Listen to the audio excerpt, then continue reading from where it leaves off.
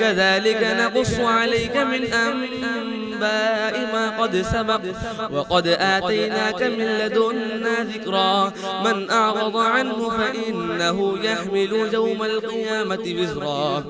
خالدين فيه وساء لهم يوم القيامة حملا يوم ينفخ في الصور فنحشر المجرمين يومئذ زرقا يتخافتون بينهم إن لبستم إلا عشرا نحن أعلم بما يقولون إذ يقول أمثلهم طريقة إن لبستم إلا يوما ويسألونك عن الجبال فقل ينسفها ربي نسفا فيذرها قاعا صفصفا لا ترى فيها عوجا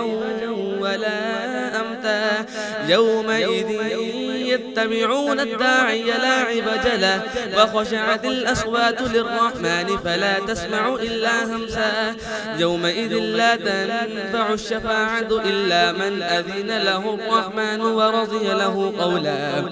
يعلم ما بين أيديهم وما خلفهم ولا يحيطون به علما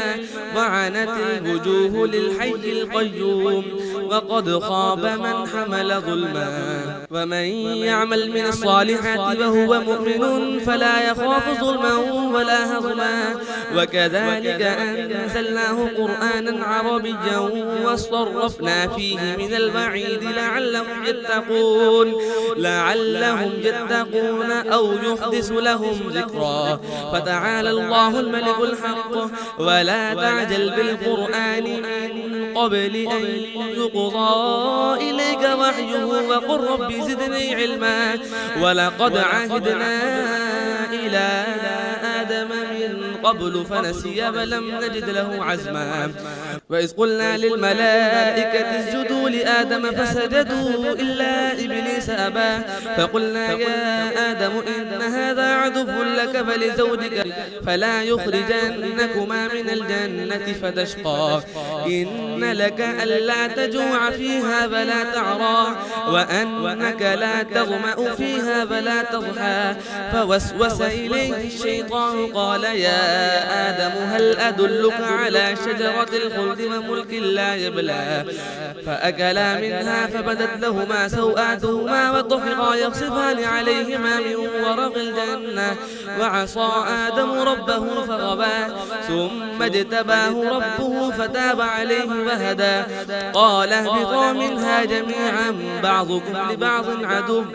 فإما يأتينكم مني هدى فمن اتبع هداي فلا يضل ولا يشقى ومن أعرض عن ذكري فإن له معيشة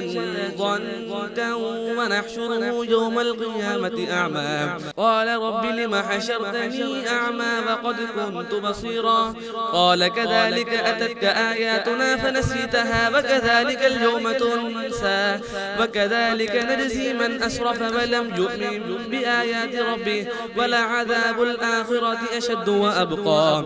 أفلم يهد لهم كم أهلكنا قبلهم من القرون يمشون في مساكنهم إن في ذلك لآيات لأولي النهى ولولا كلمة سبقت من ربك لكان لزاما وأجل مسمى فاصبر على ما يقولون فسبح بحمد ربك قبل طلوع الشمس وقبل غروبها ومن آناء الليل فسبح وأطراف النهار لعلك ترضى ولا تمدن عينيك إلى ما متعنا به أزواجا منهم زهرة الحياة الدنيا لنفتنهم فيه ورزق ربك خير وأبقى وأمر أهلك بالصلاة واصطبر عليها لا نسألك رزقا نحن نرزقك والعاقبة للتقوى وقالوا لولا يأتينا بآية من ربه أولم تأتهم بينة ما في الصحف الأولى ولو أنا أهلكناهم بعذاب من قبله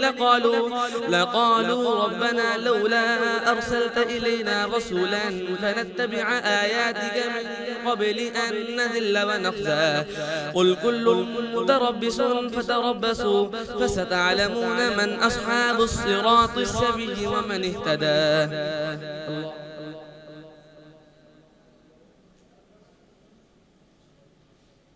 الله حمده